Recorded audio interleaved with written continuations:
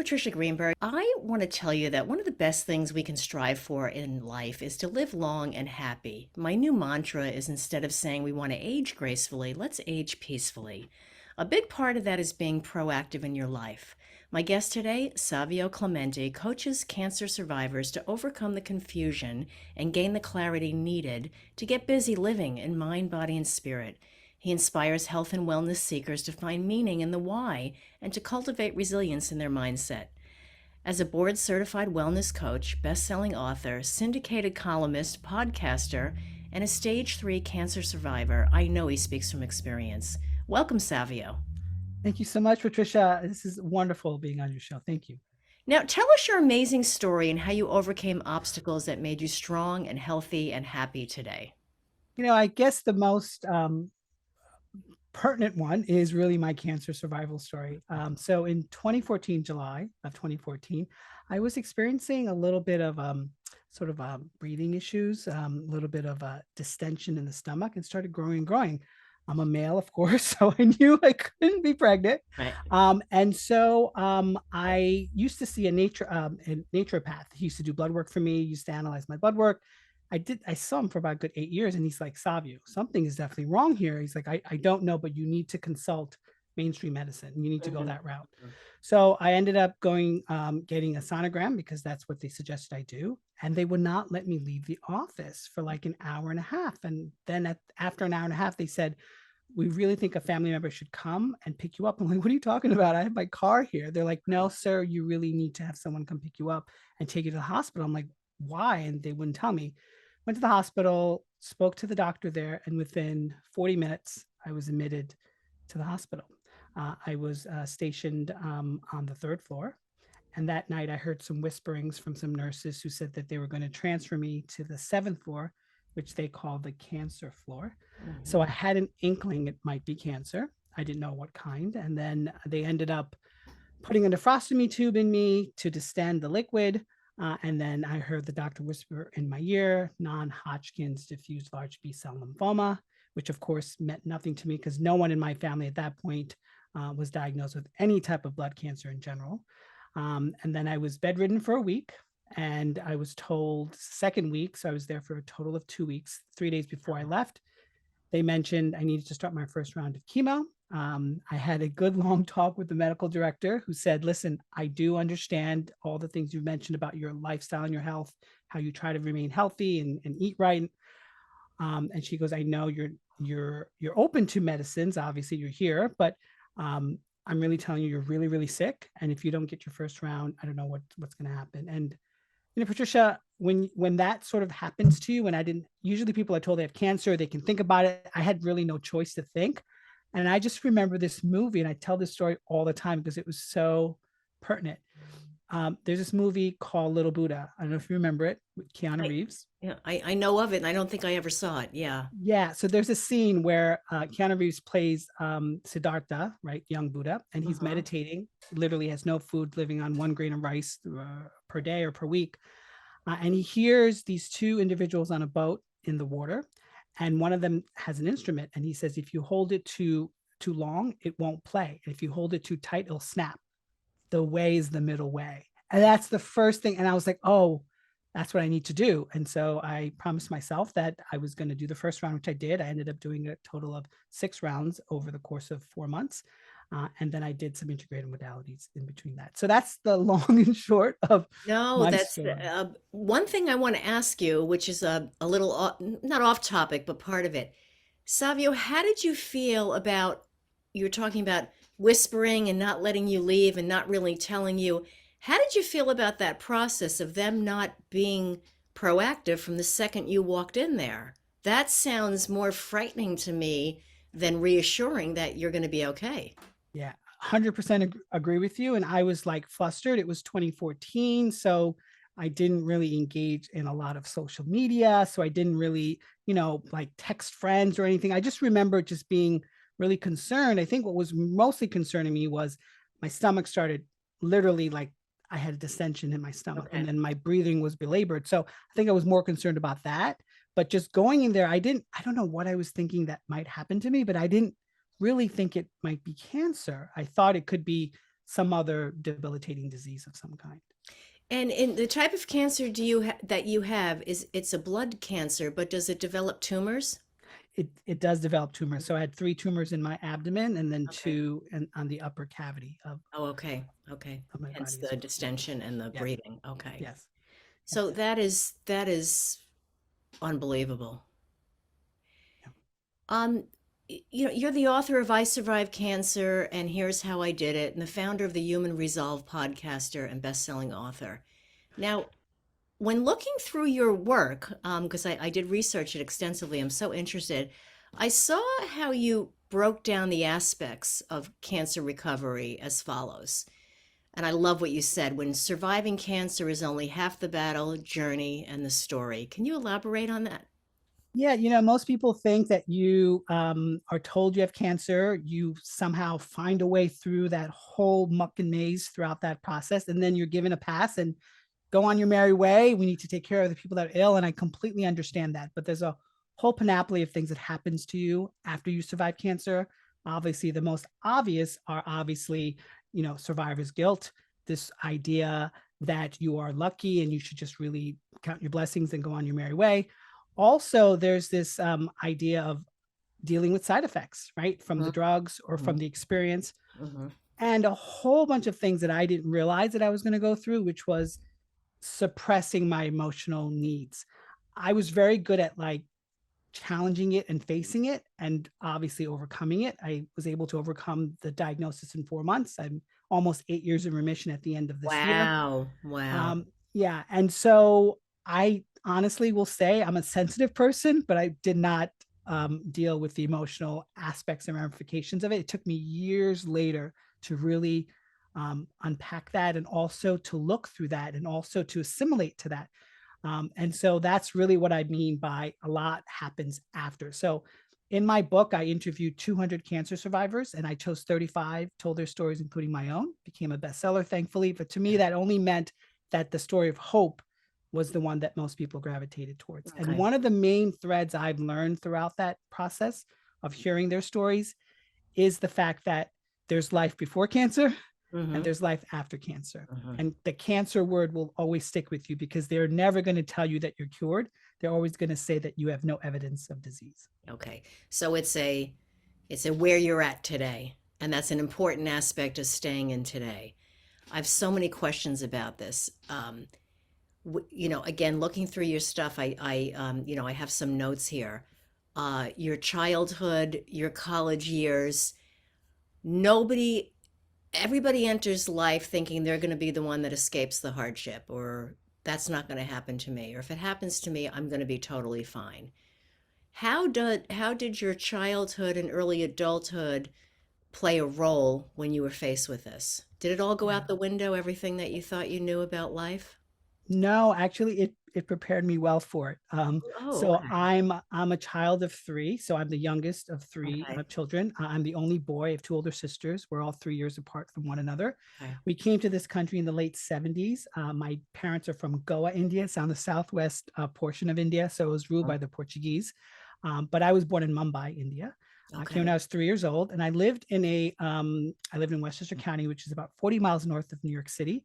I would say it's a pretty diverse area, but I was just one of those like sensitive, fragile, like sheltered in a way type of children. Although I was just very, there was a lot going on in my head and my mind. I just didn't know how to sort of express that, and so for me, I just took notes like in my head about what I experienced, what I saw, what people say, how people act, how people behave. And one of the things that for me that I had to sort of go through beyond that is I had a stuttering impediment when I was really young. Okay. And I don't know how I shook that. I also had a really good friend who had a major stuttering impediment, and we became really best friends. And somehow I was able to go through that and overcome that. And then in my college years in the mid 90s, I came to sexual exploration. I'm openly gay. And so the idea of thinking to myself that others might not accept me for who I am made me realize I need to dig deep in it within and figure out the resources in order to adequately handle life in situations. And so I think if I was to as we say, when we go through life, we have no idea we're going on with Yes. blinders. Yes. But when we can look at it from a different perspective, we Mhm. can see the correlations. And I actually will say that I think for me, the way my life is and who I am as a person, in terms of figuring out things on my own and challenging things and not being afraid to go where angels fear to tread. Like I literally let people go out of my life. I literally make changes. I've had like different careers. Um, I'm just that type of individual that feels like I can figure out how to navigate properly. Savio, I am so curious at how you, as a sensitive person, how did you deal or did you deal with the fear that comes with being told you have stage 3 cancer? Yeah. So, Patricia, that's a really good question. I think for me, I'm not really afraid of death per se. I grew up Catholic. I was Mhm. an altar boy. I did all that, but I just knew back in college that there was other belief systems that I needed to explore just to get a full facet Sure. of just religion and beliefs. And so for me, of course no one knows exactly what's going to happen to you, but I have a strong intuitive sense from my own that the consciousness lives on in some way, Mhm. shape, or form. So I wasn't really afraid of that aspect. I was really afraid of disappointing others. I know it sounds really strange, but the shame of figuring out like I did something wrong to make this happen to me, or even at the time I was going through some financial, like I was in a business arrangement with other people. There was some debts that were still lingering. And so I just didn't want to burden other people with that as well. And so a large part of the fear was not really thinking that I wasn't going to make it, but thinking that I was going to maybe leave this world, um, giving people problems than trying to Right. alleviate. That's fascinating. Do you believe that you developed cancer due to some bad karma somewhere? You're the only one who's ever asked me this question. Do I believe that I developed cancer through some type of cause and effect of some kind? Of a I don't. behavior of yours or a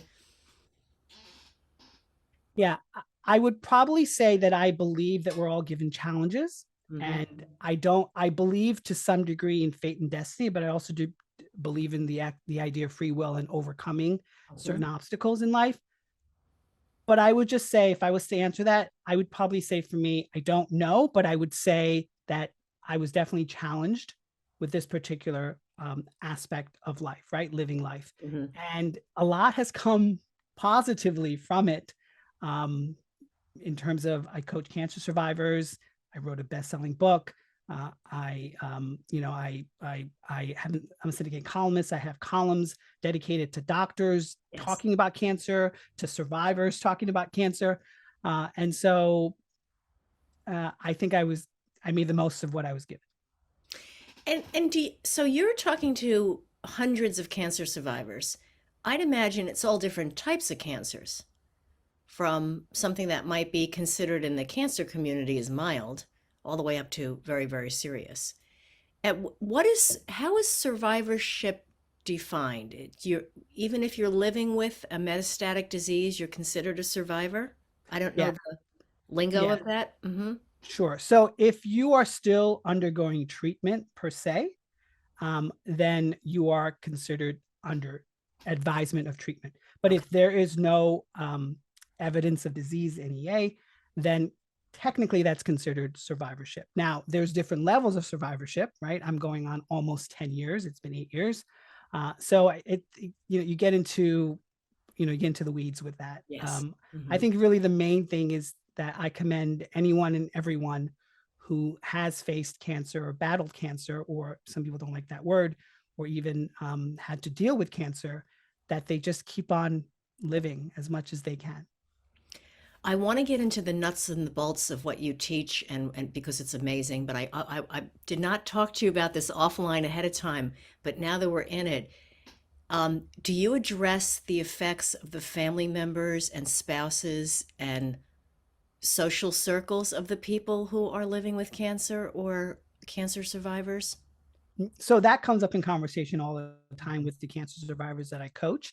But for the most part, I have not had any third party or family members or friends reach out to me for coaching. It's really um, a large part of the book that I wrote and researching and figuring out what type of questions to ask and how to formulate those even surprised me because I didn't really lean on support with my own cancer Mhm. actually, but a lot of them told me by leaning on other people, they were able to do something for me when they felt they couldn't do anything for Right. me. Right. And a large part felt like because some of them were their scribes, that they could help with the treatment process of saying, remember, you got to take this medication this day, or remember, this doctor said this is another option for you. And so I think a large part of my conversations with cancer survivors in general is how to just keep on living in a different way than Right. what they were living before because they feel to a large degree that they were given a second chance and Hmm. that they don't want to screw that over. Right. So, do you find a lot of people walking on eggshells or feeling every single day that the other shoe might drop? 100%. Hmm. That's a large part of the mindset aspect, right? So I do a interview series on resilience, and that's a large part of trying to figure out what is it. And I teach this in my work about the head, heart, and gut, which Right. I call the three brains, because there is some anecdotal evidence that in fact there is some consciousness behind that. There is a speaking, there's a level of knowing. And if you find a way, whether that's through deep meditation, yoga practice, something that's considered more inner growth, that you'll be able to literally resource some of that energy for yourself. You mentioned earlier, which I love because it's something I try to live by. I'm 61 and I go around telling everybody I'm 61 because I have to wrap my head around it, but I also want to espouse the thought that you can live life to the fullest at any age and what you're faced with. I don't believe in anti-aging. I don't believe in stopping the clock. We are here and we need to accept 100% where we are physically, spiritually, mentally, financially, and so forth. So talk to me about that internal, that instinct, that inner knowing that we all have. It's there for everyone, whether you tap into it or not. But tell me how you've relied on that and how you continue to use that in your life. Well, first of all, I love that you mentioned your age because Mhm. I always tell people, they always say when I tell them I'm 46, they're like, no, you're not. I'm like, No, I'm you're not. No, yeah, 46. I would say the same thing. Yeah. Yeah, yeah. And I'm like, no, I earned these stripes. Yeah. I earned Yep. all this. Uh-huh. Okay. Uh-huh. So I said I remember the late 70s very well. Okay. Okay. They're like, wow, okay. So you definitely are 46. I'm like, yeah. And I think there's a large part in owning the fact. See, I live by the premise that every year that I'm living, I'm trying to get wiser. I know some people don't look at it like that, but for me, I do. And so for me, I earned the 46 years of trying to be introspective and trying to learn from my lessons and my mistakes. We've all made them. And so for me, I think really the key is every day that I'm living, I'm trying to just, and it's cliched, but this idea of being a better version of Right. yourself. Right. And a large part of that better version, I think some people forget or don't really realize is what they teach in different, Eastern, philosophies, which is the idea of the chakra system, right? The seven energy centers, as I call it, the spiritual, and a large part of the public in general live by one or two or three of them. And I'm trying to, even in my dreams, like I had a weird dream yesterday, and I'm like, okay, I'm not saying that the dream is definitely correlating to my life, but that's a very strange dream that I had. And I'm just trying to really figure out to myself, is there an impetus? Is there something that's happening within me that's showing me a different direction? Or is there something that's in me that's trying to get me to just be more into myself or more, realized or self-realized? It's that internal barometer, I always say, that kind of centers us and makes us just kind of pay attention to what's going on. And it does transcend everything. It's you're paying attention to your own being helps you live life so much better. I oh, there's just this time goes so quickly, but we're still good. We've got plenty of time. Savio, this is all about resilience. Can you share some of your strategies to approach being resilient? There's a few of them that I use every single day. It's this idea that, and once again, cliched, but that life is happening for you, not, not against Yes. you or not. Yes. And so if you really turn back and look at it from different direction, you see that perhaps there is some type of lesson in that, or perhaps there is a way to navigate around that, or perhaps there is a way to go over that, as opposed to thinking that it's just happening to me. So that's definitely number one. I think the second one is really having what I call, and people really love this, is This idea of the body as a stranger, thinking of yourself as a stranger. That sounds really odd to people, but Hmm. it's really, I think we're all living through this automaticity, this complete, and of course, COVID, disrupted that a little bit. Yes. Yeah. Hmm. Um, and I think it's really about being objective. I think we're so good at being subjective and not good at being objective. And really a large part is, well, like when people say, like, are you disappointed that cancer happened to you? Well, Patricia, why not me? Yeah. There's so many people that get cancer. Why am I special? I'm not special. So that is definitely another. And I think really just practical applications or tools, right? So whether that's, listen, I follow a lot of the biohacking community, Hmm. and I don't know how they have the time, Patricia, because I do a little bit of it to Yeah. like do the cold plunges and Yeah. Yeah. Yeah. the all that stuff. And so I just think whatever tools work for you, whether that's a 5-minute reset, a breathing exercise, or this idea of figuring out like what your vision is and trying to reverse engineer that particular aspect. It's really all in there, but I think those are my top three. With that resilience series, I think at this point I've interviewed 300 experts in the I'm field of sure. resilience. And more to come, much more to come. You talk about our 7 energy centers. Where are they located and how do we access them? And I know that's Sure. a pretty big question, but the short version, the quick version. Sure. Yeah. 7 energy centers are really what they teach in different philosophies, which is the chakra system. So there's the spiritual, there's the emotional, there's the physical. Obviously, there's the astral, there's a vibrational, there's the soul aspect as well. And so they all correlate to different aspects of the physical body.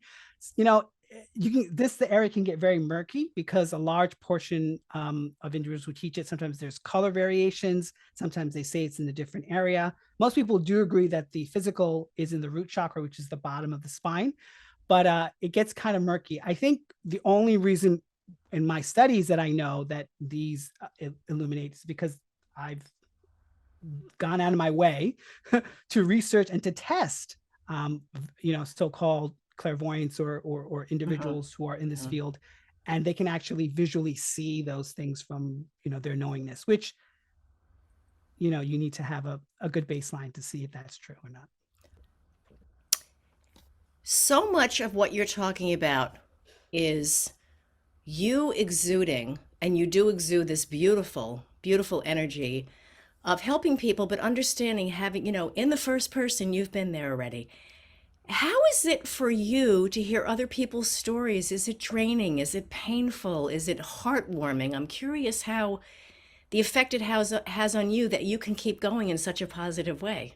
Oh my gosh, I'm so happy you asked me this question, because a large part of when I interview and when I'm actually putting out and publishing those stories, Hmm. I'm amazed myself. Like the 35 I had to choose for the book, because I had to choose only 35, it was hard.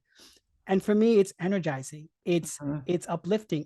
I feel to a large degree, my editor's like, you're kind of obsessed with this book right now. I said, I am, Yeah. because I felt like I was carrying their stories. Like if I don't do their stories justice, then other people might not glean or learn. And I made sure that I talked about various cancers, from throat cancer to prostate cancer, to obviously, lymphoma, to breast cancer, was tons of the stories. And I wanted to make sure that I also showed diversity, not only in the cancers, but as people, as Hmm. individuals, in the world. And so for me, no, I'm completely energized by it. I was not drained by it, but I was also to a large degree thinking to myself, you escaped really well with this, because some people lost organs, body parts, Hmm. and you to a large degree was a blood cancer, so you really shouldn't complain. And so there was a large part of feeling to a large degree that um, I can do more for people. And so that's why I'm committed. I like put out 15 to 20 articles out per week on all my socials, because I'm committed to telling these stories of hope, resilience, and also about the fact that no matter what our circumstances in life, we can find a way to overcome. It's possible. I would like to know, I mean, statistically, that, you probably have done some of the research on this, that, cancer is so prevalent and, it affects all of us. Why do you feel survivor's guilt? Mm. I feel And, survivors and feel. I've heard it with many, with accidents, with war, with people who had been through Holocaust or cancer treatments, or why survivor guilt? Yeah, I think for me, because I have family members who, since my cancer diagnosis, have had cancer and passed away, friends who have had cancer and passed away, a few other people who I've known who've dealt with cancer for 10 to 15 years. This idea that who am I? Why am I special that I was able to overcome it in 4.5 months and no one else can? And then there's this aspect of feeling like um, these some of these people are like younger than me. They're like in their 20s, Mhm. or they're like 10 or Yeah, they're 12. And I'm children. like, Yeah. this is just not right. And so that's where the guilt comes from. But Mhm. as much as I coach on this topic, I also know to put them in different compartments. I know how to compartmentalize this aspect of feeling that way, and also knowing that life is life, and we as humans can't figure out the why per se. We can only figure out what to do with the what.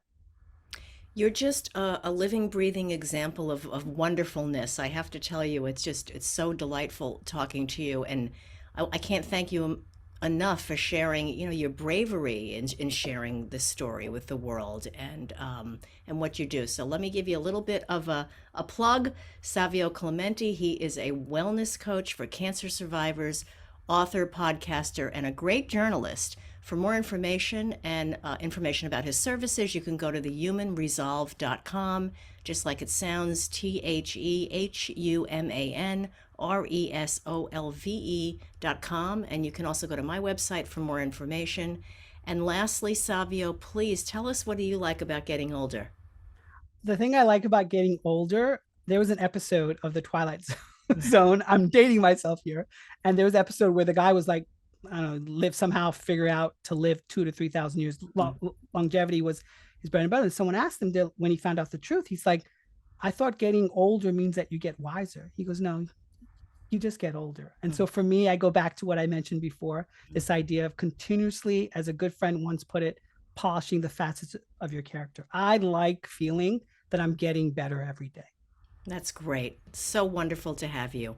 Thank you so Thank much. you again. And thank you all for listening to my show. Please tune in again for our engaging discussions on all things aging well. And for questions or topic requests, please contact me at www.patriciagreenberg.com.